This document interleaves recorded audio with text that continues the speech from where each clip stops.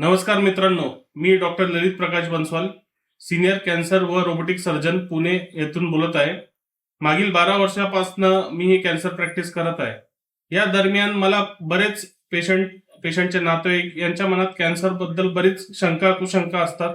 त्याबद्दल मला निवारण करायचं आहे. आज 4 फेब्रुवारी 2025 हे जागतिक कॅन्सर दिन म्हणून ओळखला जातो. या वर्षाची जी थीम आहे ती आहे युनायटेड बाय युनिक. म्हणजेच काय, जसं प्रत्येक माणूस हा वेगळा असतो, दिसायला वेगळा असतो, त्याचे हॅबिट्स वेगळे असतात, बऱ्याच गोष्टी त्याच्यात डिफरंट असतात. तसेच कॅन्सर पेशंट देखील सेपरेट असतात. तसंच त्यांचा जो कॅन्सर सेल आहे तो देखील सेपरेट असतो. तर या गोष्टीमुळे प्रत्येक जण हे युनिक आहे, प्रत्येक कॅन्सर पेशंट युनिक आहे. म्हणजे प्रत्येक हा एक पर्टिक्युलर कॅन्सर पेशंट दुसऱ्या कॅन्सर पेशंट पासून थोड्या ना थोड्या पद्धतीने वेगळा असतो.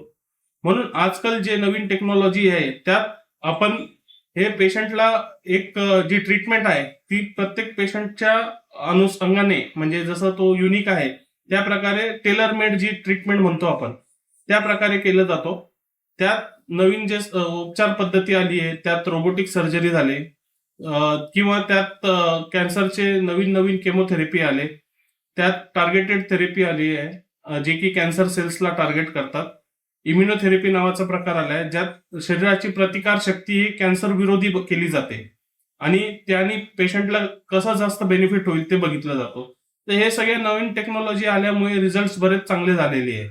जरी पेशंट स्टेज 1चा असो की स्टेज 4चा असो, या सगळ्या कॉम्बिनेशन ऑफ ट्रीटमेंटमुळे रिझल्ट बऱ्यापैकी इम्प्रूव्ड आहे.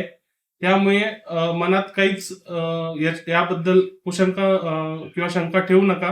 काही जरी असल्यास तुम्ही जवळील कॅन्सर तज्ञाला संपर्क साधा आणि योग्य ती कॅन्सर ट्रीटमेंट करून घ्या.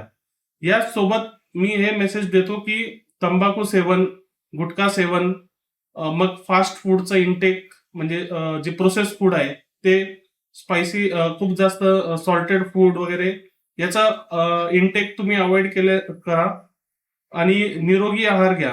जे पारंपरिक इंडियन पद्धती आहे जसे चपाती भाजी डाळ भात, हे कॉम्बिनेशन आपल्या आतड्यांसाठी सगळ्यात बेस्ट आहे. त्याच्यासोबतच फळांचं इंटेक वाढवा. याच्याने आपण निरोगी राहणार आणि कॅन्सर होण्याची शक्यता आपली कमी होईल. नमस्कार, थँक्यू.